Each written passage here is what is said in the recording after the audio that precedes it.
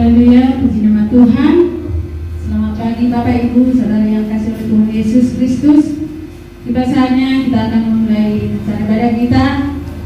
Selamat pagi buat kita semuanya. Tuhan Yesus memberkati kita semua. Dan kita mulai ibadah kita. Mari kita bangkit berdiri. Kita datang pada Tuhan. Kita menaikkan puji syukur kita pada Tuhan lewat pujian penyembahan kita pada pagi hari ini. Musim berlalu, namun kau selalu peliharaku. Kasih dan setiamu tak pernah layu di hidupku.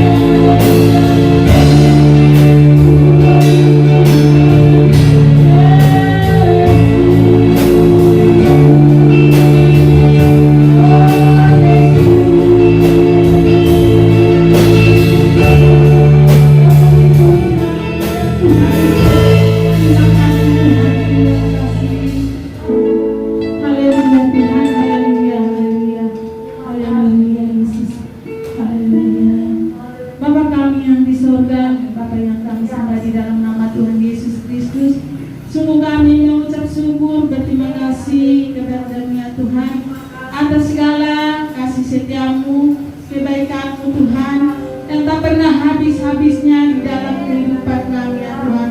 Terima kasih Tuhan atas penyertaan-Mu Tuhan, pemeliharaan-Mu, perlindungan-Mu Tuhan, pertolongan-Mu di dalam hidup kami, sehingga Tuhan kami boleh ada pada pagi hari ini hingga detik ini ya Tuhan.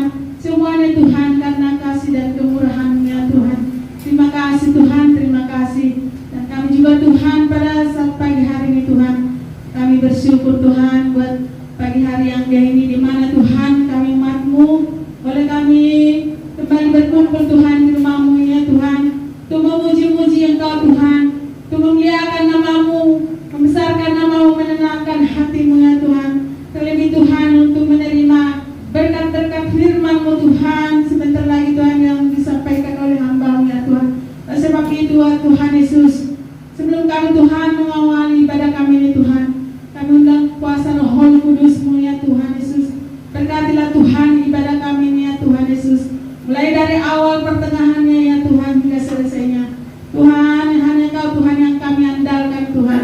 Tuhan, di luar Kau Tuhan kami tidak dapat berbuat apa-apa ya Tuhan. Oleh sebab itu Tuhan, kami mohon Tuhan campur tangan-Mu Tuhan di dalam ibadah kami, mulai dari awal pertengahan hingga selesainya Tuhan. Tuhan, inilah kami Tuhan, umat-Mu Tuhan, telah siap memuji menyembah-Mu ya Tuhan, mengagungkan nama-Mu bersorak-sorak, memuji-muji Engkau ya Tuhan. Terima kasih Tuhan, terima kasih Tuhan. Kami serahkan Tuhan hamba-hamba-Mu yang sudah Tuhan ambil bagian dalam ibadah ini Tuhan, kami serahkan ke dalam tangan-Mu ya Tuhan. Biar urapan-Mu turun atas kami semua Tuhan, yang melayani Engkau Tuhan pada pagi hari. Juga Tuhan, jemaat-Mu yang belum tiba, dimanapun mereka berada Tuhan, kalau mereka masih di perjalanan Tuhan, tolong Tuhan, Tuhan pimpin langkah mereka Tuhan, supaya tiba di tempat ini tidak kurang suatu apapun, supaya kami boleh bersama-sama memuji-muji Engkau Tuhan. Terima kasih ya Bapa, terima kasih. Bertatalah di setiap pujian kami Tuhan, dan kami boleh siap untuk memuji-Mu. Hanya dalam nama Tuhan Yesus kami berdoa dan mengucap syukur. Haleluya, amin. Tuhan,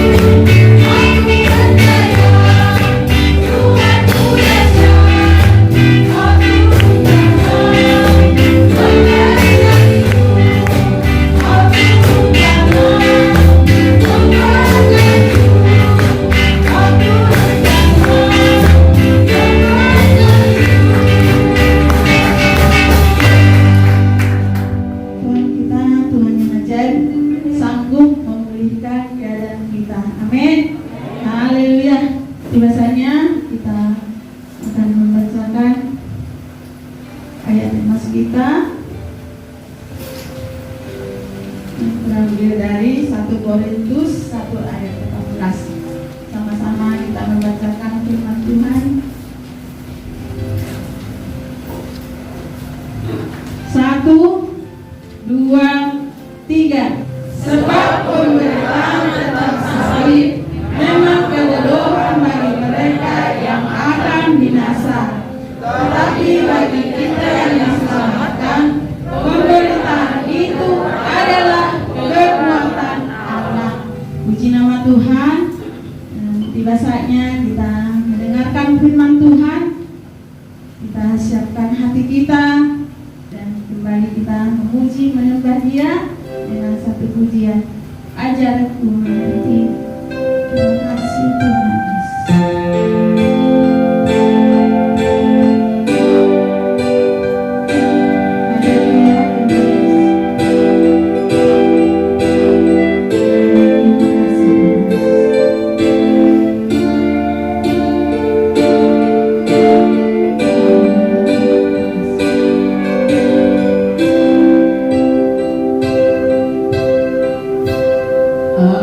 Ajar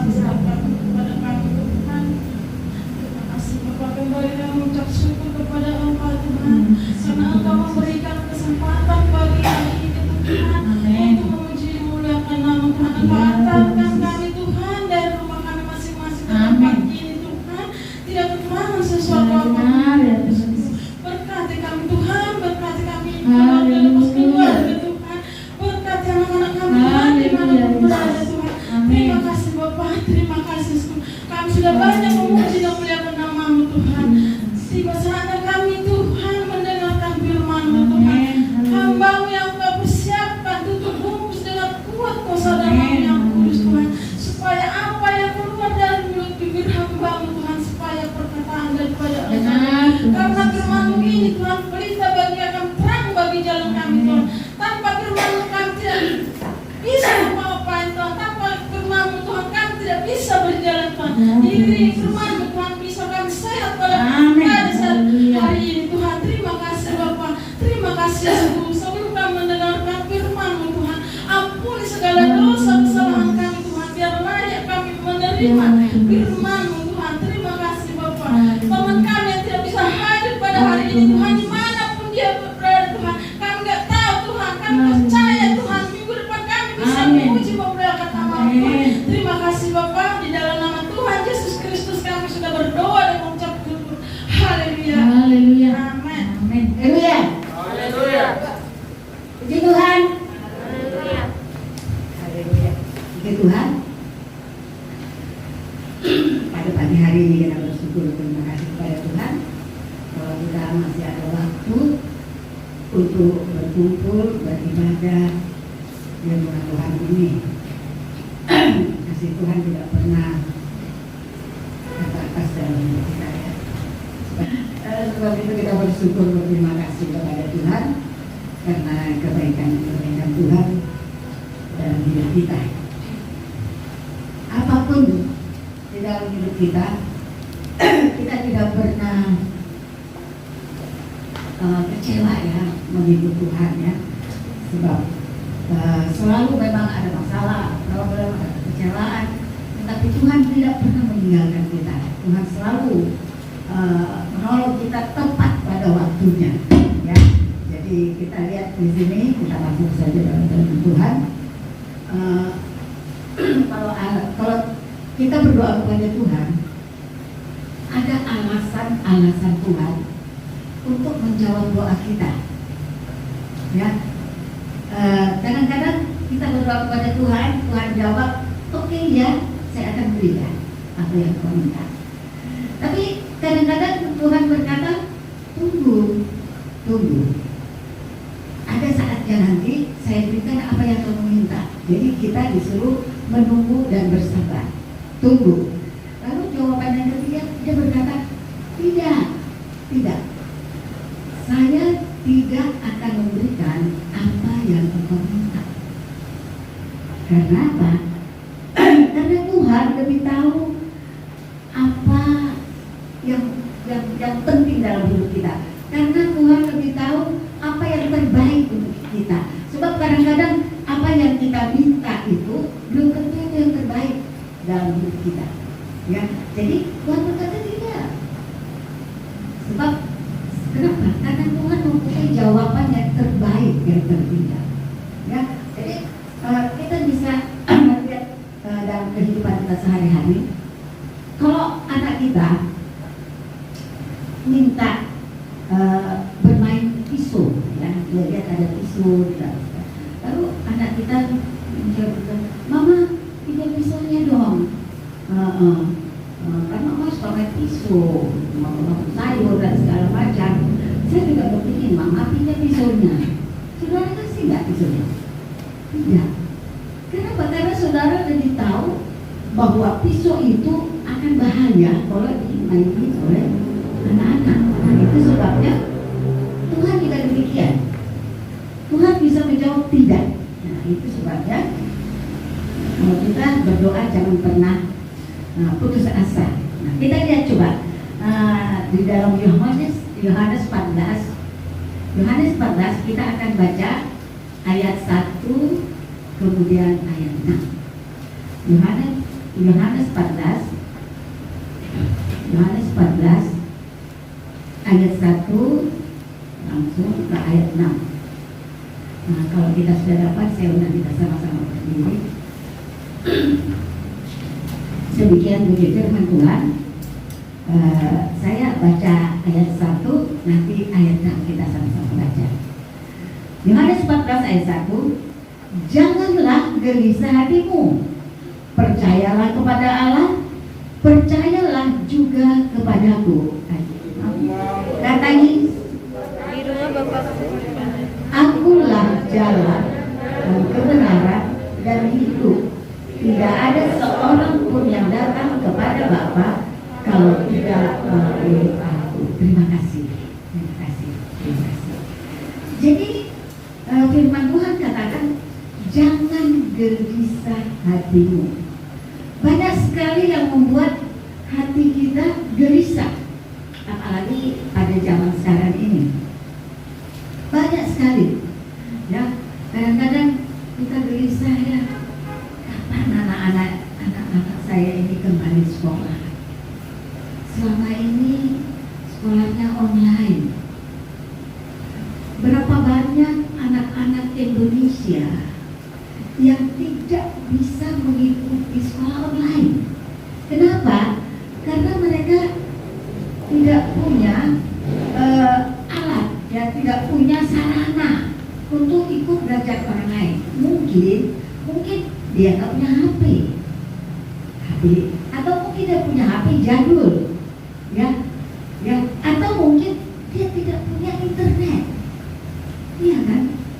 Jadi saya pernah baca ada anak SMP selama belajar online ini, dia belajar, dia kesulitan internetnya dia mesti beli, di rumahnya nggak ada wifi. Nah, dan selama belajar online rupanya selalu ada PR. Nah, PR ini sudah bertumpuk. Aduh, dia belum selesai buat PR yang itu, dia disuruh lagi buat PR ini. Akhirnya dia pusing, dia nggak, saya nggak bisa buat PR saya sudah menumpuk. Bagaimana? Apakah saya bisa meneruskan sekolah ini? Saya mau memaksa orang tua saya juga nggak mampu untuk mengadakan selalu internet. Akhirnya apa? Anak itu bunuh diri. Betapa kejamnya dunianya. Cuma karena nggak bisa bikin PR, anak bunuh diri. Kasihan. Jadi kita lihat kadang-kadang hal-hal yang demikian membuat hati kita gelisah, hati kita kecewa. Gimana ya? Kok bisa begini? Hati kita juga kecewa.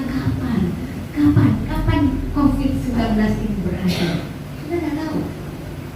Dan negara-negara yang sudah tadinya bebas COVID, Spanyol ini itu banyak sekali, ada berapa negara itu. Sekarang mereka lockdown lagi. Jadi kita lihat kapan berakhir. Indonesia, kita lihat penduduk Jakarta setiap hari nambah. Padahal sudah di Jakarta kan pakai masker, jaga jarak. Tapi tidak semua orang melakukannya. Nah, selain itu, kita lihat banyak sekali sekarang OTG. Sudah tahu OTG? Orang tanpa gejala. Saya kemarin rencana kami ke Bandung dengan saudara-saudara yang lain, termasuk keluarga saya. Ada cucu ponakan saya yang nikah. Jadi kami selama ini kalau ada kerjaan di Jakarta, mereka dari Bandung 3 mobil, 4 mobilan. Nah mereka di sana ada acara pernikahan, kita nggak mau pergi. Jadi saya merasa kita harus pergi. Tapi apa daya, Ito saya ini punya menantu yang nomor 2, yang nomor 1 belum hamil. Punya menantu nomor 2 kan sudah mau lahiran. Karena mau lahiran dia periksa, lalu dia di swab. Saudara tahu, dia positif OTG. Nah, jadi seharusnya dia melahirkan itu paling cepat pertengahan November atau akhir. Dokter bilang kita harus cepat keluarkan anak itu. Beberapa hari lalu udah dikeluarkan, langsung disesar. Jadi saya ini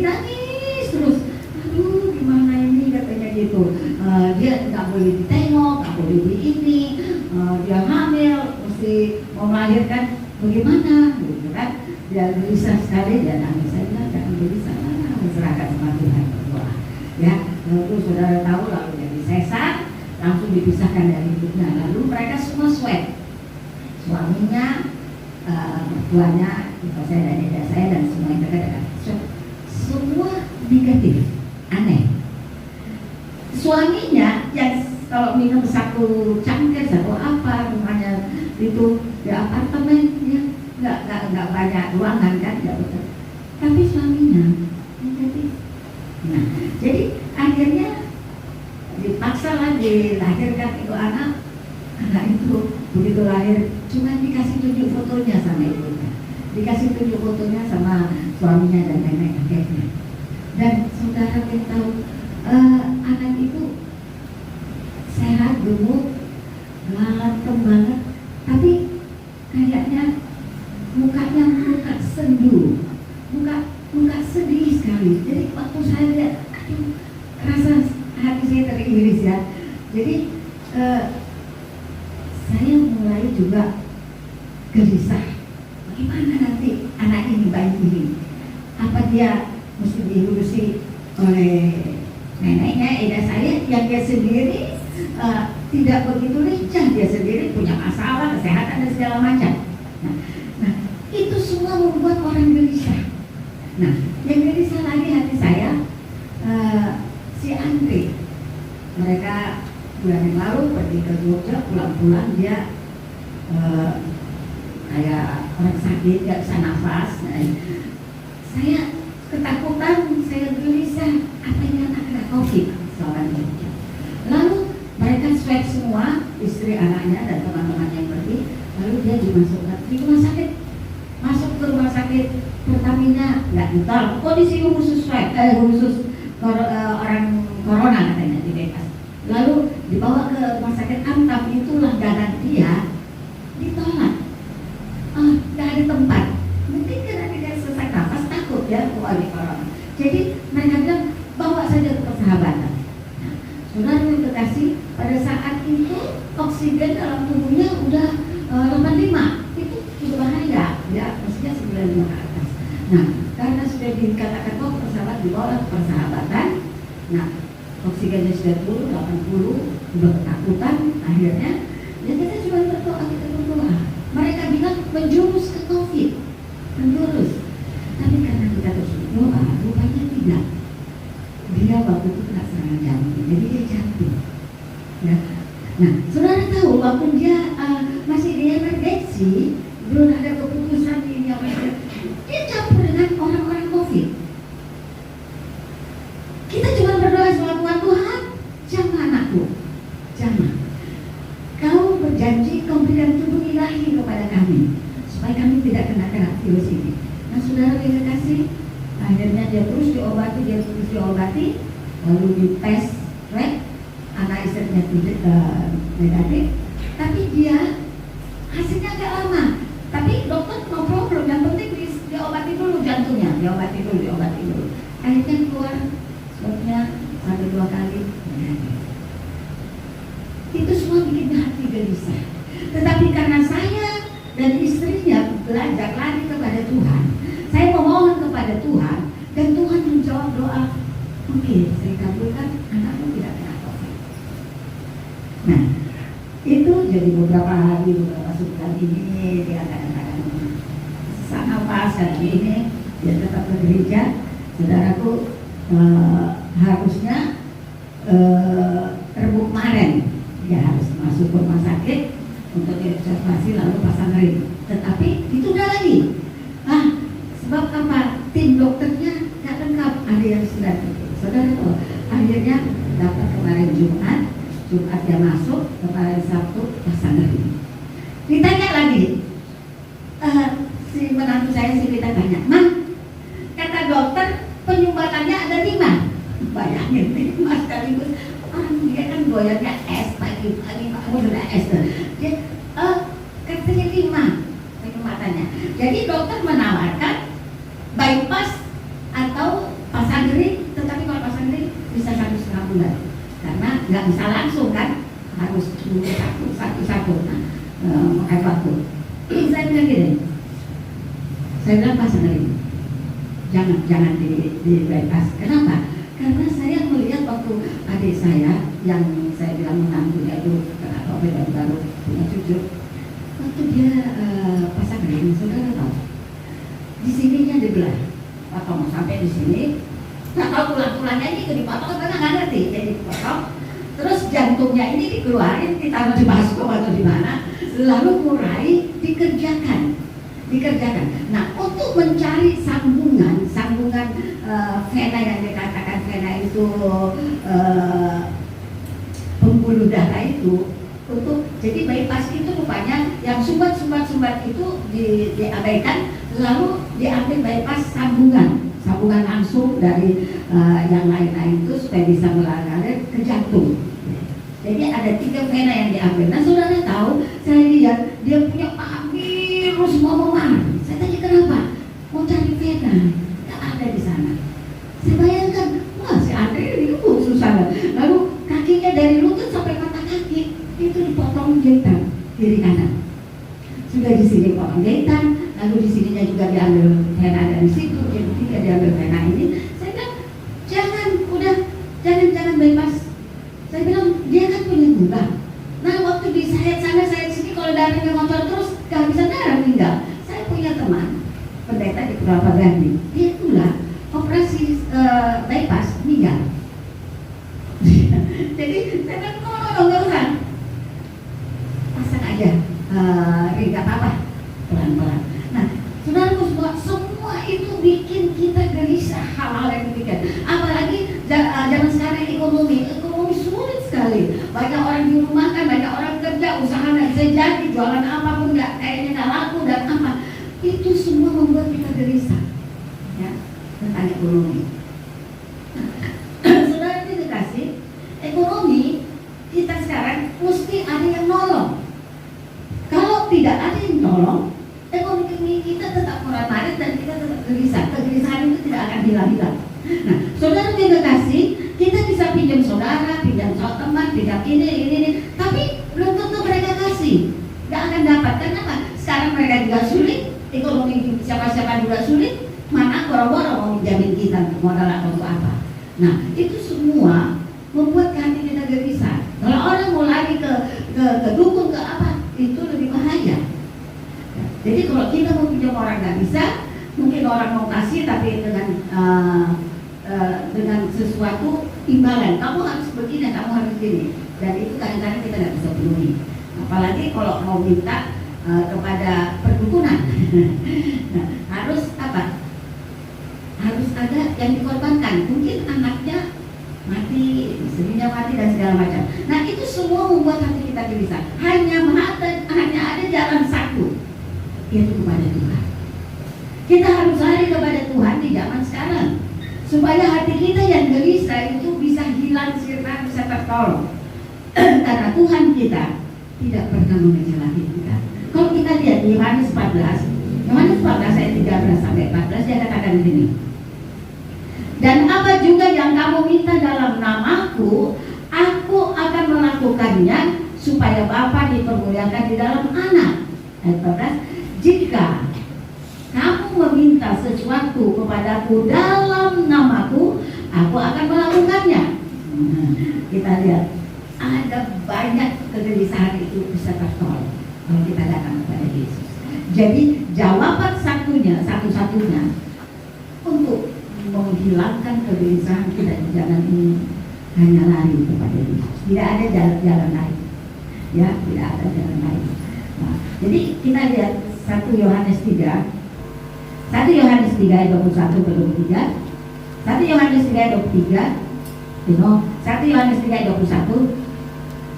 Saudara-saudara yang kekasih, jika hati kita tidak menuduh kita, maka kita mempunyai keberanian percaya untuk mendekati Allah.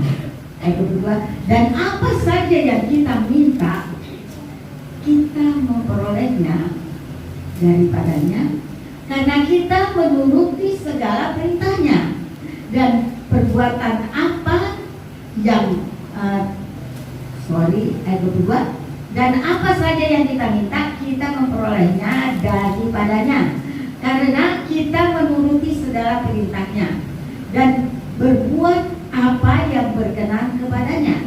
Dan inilah perintahnya.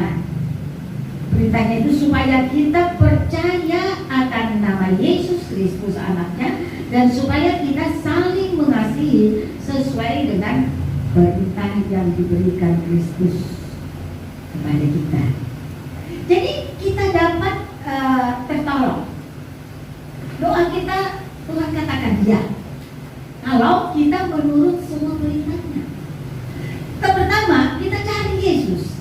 Kita tidak cari manusia, kita tidak minta tolong manusia, kita tidak minta tolong kepada kehebatan dunia eptek ini, tetapi kita lari kepada Yesus dan kita minta tolong kepada Dia dengan syarat kita mau mencintai Dia dan kita mau melakukan segala perintah Dia yang ada di Alkitab. Nah, itu saja yang harus kita kerjakan supaya jawaban doa kita dapat terima dengan benar. Ya, Dia dapat menolongmu. Berdoalah terus dengan iman supaya doamu terkabul. Saudara kekasih, kadang-kadang iman kita ini bisa terkikis, ya, bisa elusi. Bagaimana? Kita lihat sekarang, zaman sekarang ini, bagaimana majunya iptek, ilmu pengetahuan. Seorang bayi, saya tadi kan baru cerita kalau kita saya baru mengenai seorang bayi bisa dilahirkan bukan cuma dari seorang ibu, bukan cuma dari seorang wanita. Ini zaman modern, ini zaman dahsyat luar biasa iptek majunya. Seorang bayi bisa lahir, nggak tahu dari inkubator, dari alat ini, alat-alat ada di rumah sakit, ya, dengan cara cloning. Ya, cara cloning. Kadang-kadang ilmu pengetahuan ini membuat iman kita, wah, bagusan kita ikuti aturan daripada dokter, atau kita ikuti iptek sekarang, kemajuan sekarang. Bisa aja segala macam kita dapat walaupun tidak dari Tuhan. Nah, tetapi ingat, waktu kita mulai melakukan hal-hal yang bukan dari Tuhan itu, kita cari jalan pintas untuk mendapatkan jawaban keinginan hati kita supaya kita tidak gelisah, itu menyakitkan hati Tuhan. Itu menyakitkan hati Tuhan, dan apa? Dan itu tidak logis, itu tidak normal. Dan kita seakan-akan kita mau melakukan apa yang Tuhan bilang tidak. Jadi seakan-akan kita bisa menjawab keinginan kita dengan kepandaian, dengan iptek, dengan kepandaian dunia ini. Ya, akhirnya dunia ini makin sombong. Dunia ini tidak lagi perlu Tuhan. Sama seperti Lucifer dulu, malaikat yang paling hebat itu jatuh dari dicampakkan dari surga ke bumi. Karena apa? Dia mulai sombong. Aku mau lebih daripada anak Allah, mau lebih daripada Yesus. Nah, kalau saudara mau baca selanjutnya. Dan jadi saudara kasih, sekarang ini, zaman ini bisa membuat banyak luntur kepercayaan kita kepada Tuhan, keyakinan kita kepada Tuhan. Kita mulai melirik kepada perdukunan, kita mulai melirik kepada kepandaian dunia ini, kita mulai melirik kepada kecerdasan manusia, kita mulai melirik kepada harta-harta kita. Tetapi itu semua tidak benar, dan itu tidak jawaban yang harus kita lakukan dalam hidup kita. Kiranya Tuhan menolong kita supaya apa? Supaya kita sadar kita harus lari kepada Tuhan, kita harus mencari Tuhan. Tidak ada jalan lain. Seperti wanita yang sudah pendarahan 12 tahun. Saudara tahu di Alkitab ada wanita yang sudah pendarahan 12 tahun. Dia mulai berkata, kalau ku jamah saja jubah Yesus, aku akan sembuh. Dia mempunyai iman yang luar biasa, yang dahsyat dan luar biasa. Dia mengatakan, kalau ku jamah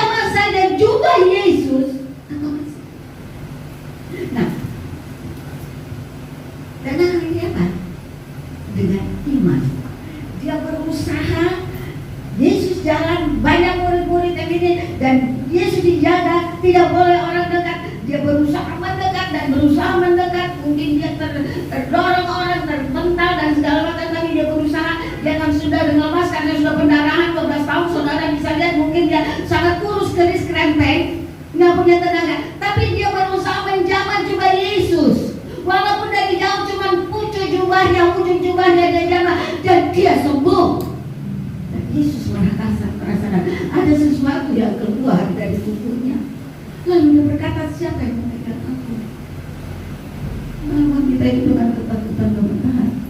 Yesus, anak Daud, aku yang memegang kamu. Sebab aku berkata dalam hatiku, kalau ku jamah saja ujung jubahmu, aku akan sembuh. Aku sudah pendarahan 12 tahun. Yesus marah. Yesus bilang, imanmu sudah mampu. Tapi menjadi pertanyaan bagi saya mungkin dan bagi saudara, kemana saja selama 12 tahun ini? Kenapa dia tidak mencari Yesus? Kenapa dia tidak berusaha untuk menjumbuhkan pendarahannya?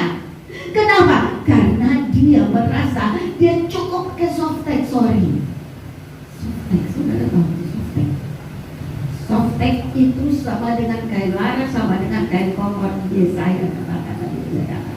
Softtek itu adalah kain kotor. Softtek itu di situ ada dosa-dosa, di situ ada kesakitan dunia ini, dan dia merasa kalau dia pakai softtek pendarahannya itu tidak kemana-mana.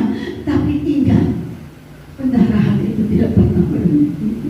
Pendarahan itu terus mengalir, terus mengalir.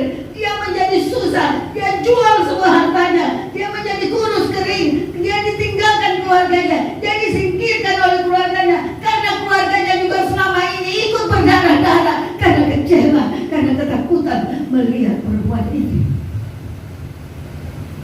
Darah tidak berhenti dengan pakai softtek ibu.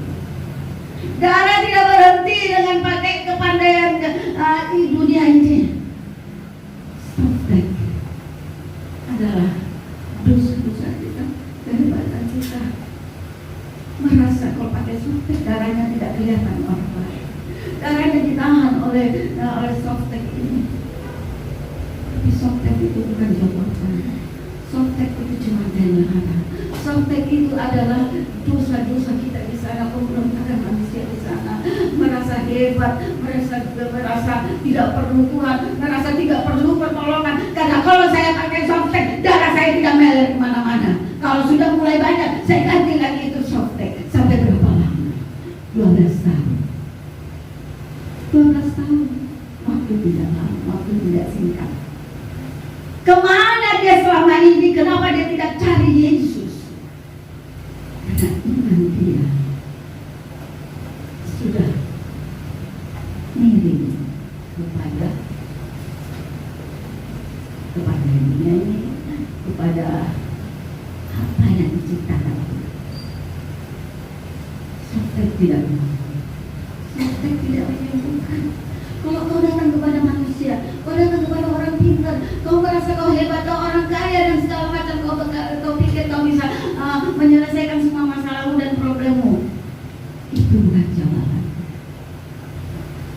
Jangan menyerahkan kepada dia. 12 tahun perempuan ini tertutup matanya oleh softtek. Bagaimana dengan kita? Apakah kita selama ini ada yang menutupi mata kita sehingga iman kita tidak muncul, sehingga iman kita sekarang mulai luntur, iman kita mulai miring-miring? Iman kita tidak lagi seperti perempuan itu saat dia mendengar firman Tuhan bahwa ada Yesus yang akan lewat. Lalu mulai iman yang muncul karena mendengar firman Tuhan. Lalu dia berkata, "Ujamah saja, tidak ujamah saja pucuk jubah daripada Yesus." Bagaimana imanmu begitu jadi bagimu? Bagaimana hatimu, perkataanmu itu akan jadi bagimu? Sebab itu hati-hati dalam berpikir, hati-hati dalam mengucap. Perempuan ini banyak berucap, kalau ujamah saja jubah Yesus, aku akan sembuh. Iman luar biasa cuma karena mendengar firman Tuhan. Saudara terkasih, mari lihat sekarang bagaimana kehidupanmu, bagaimana imanmu. Apakah kau masih percaya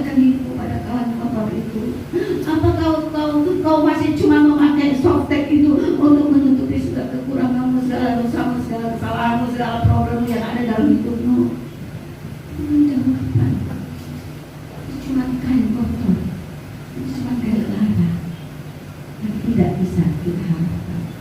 12 tahun, 12 tahun, 12 tahun. Kalau wanita zaman sekarang, sorry, maaf, dia kalau menstruasi 3 hari, kalau dia sudah punya seminggu, itu sudah bikin lemas, dan kalau sudah lewat dari itu sudah tidak normal. 12 tahun. 12 tahun. Kemana saja? Mari kita percaya kepada Yesus. Kita percaya pada firman Tuhan. Kita percaya kepada Alkitab.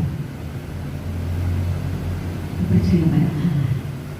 Maka Tuhan akan menjawab doa kita. Tuhan akan menolong kita. Kita datang kepada Dia. Carilah Yesus. Carilah Yesus. Karena Dia segera akan menolong kau.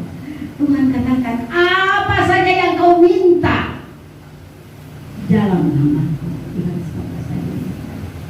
aku akan memberinya, supaya nama Bapa dipermuliakan. Dan dikatakan tadi juga, ya, apa saja yang kalian minta, kalau kalian mau melakukan kebenaran firman Tuhan dan mau percaya kepada Yesus, semua doamu akan dijawab. Lakukan kebenaran firman Tuhan, percaya kepada Alkitab, jangan pilih-pilih Alkitab. Semua kalimat-kalimat di Alkitab itu kita harus belajar melakukannya. Percaya kepada Alkitab, percaya kepada Allah, maka Allah akan bertolong. Jangan kita memakai sok. Haleluya. Saya punya teman, masih ada waktu. Saya punya teman, seorang hamba Tuhan. Dia operasi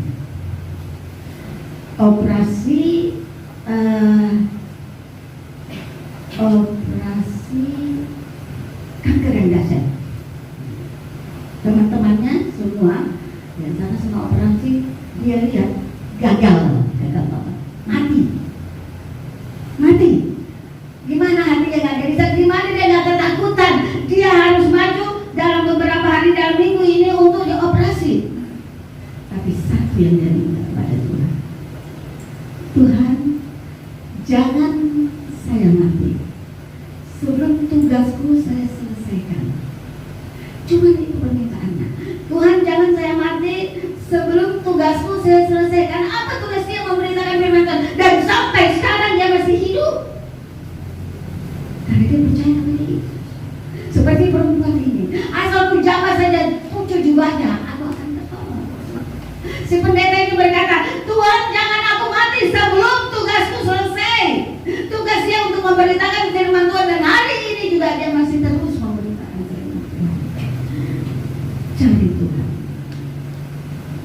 Tuhan, dan kita mau supaya hidup kita ada di dalam tangan Tuhan, bukan di dalam dunia, bukan di dalam pikiran kita. Kita tidak memakai softtek, kalau kita terus memakai softtek, kita terus berdarah-darah, keluarga kita berdarah-darah, kita akan mati dan kita akan kurus kering, harta kita habis dan segala macam. Tetapi saat kita datang kepada Yesus, kita mulai berkata, asal ku coba saja, puji Tuhan Yesus akan sembuh. Haleluya, haleluya. Cari Yesus dan percayalah kepadanya. Kita datang kepada Yesus. Haleluya, haleluya. Hallelujah.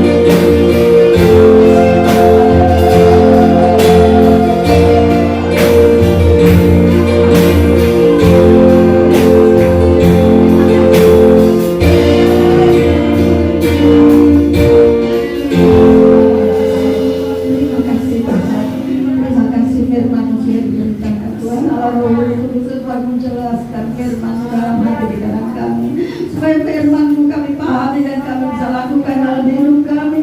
Kami mau mencari Engkau, kami mau percaya kepada Engkau. Kami hanya berdoa kepada-Mu, Engkau akan menjawab doa-doa kami. Terima kasih Tuhan, terima kasih. Meteraikan firman-Mu dalam hidup kami, supaya firman-Mu hidup dalam hidup kami. Terima kasih Tuhan, terima kasih, terima kasih.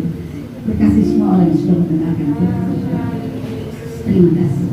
Sebentar kami akan memberikan korban kami. Kau akan balas berlipat-lipat kali ganda apa yang dikorbankan oleh. Terima kasih, terima kasih. Berpujilah Tuhan. Terima kasih. Haleluya. Amin. Kita akan memberikan korban kita.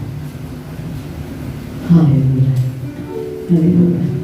Berilah yang baik, berilah yang baik. Kita akan memberikan yang terbaik untuk Tuhan.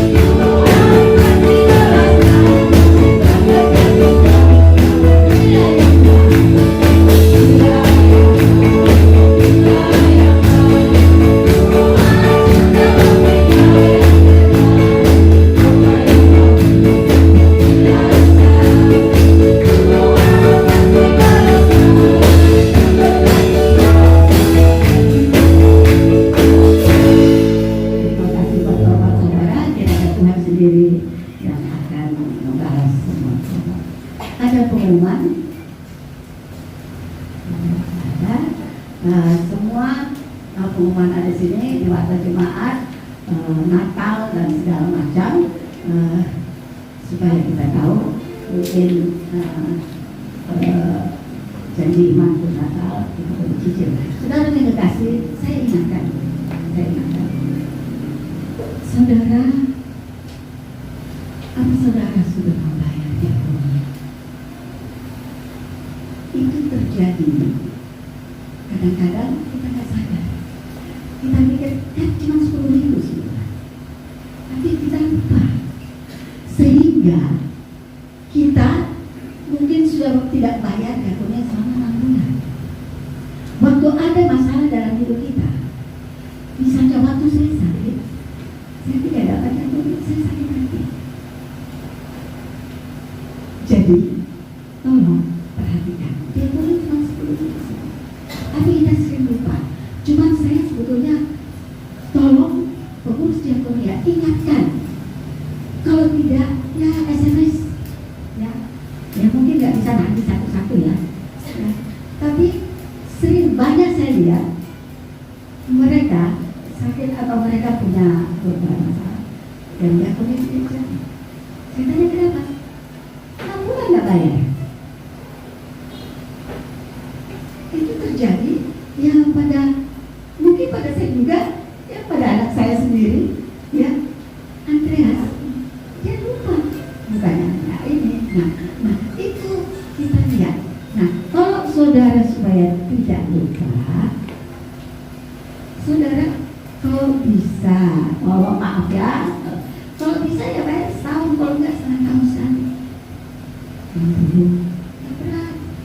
Di gereja lain diakonnya gede-gede 25 ya.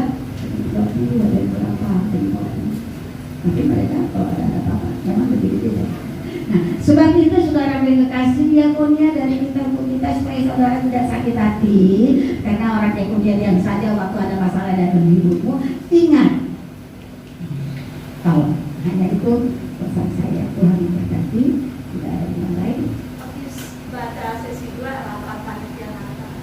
Habis ibadah sesi 2 ada rapat panitia Natal. Yang ikut dalam kepanitiaan Natal harus tidak dalam saya sudah itu ya. Mari kita berdiri, kita menutup ibadah kita.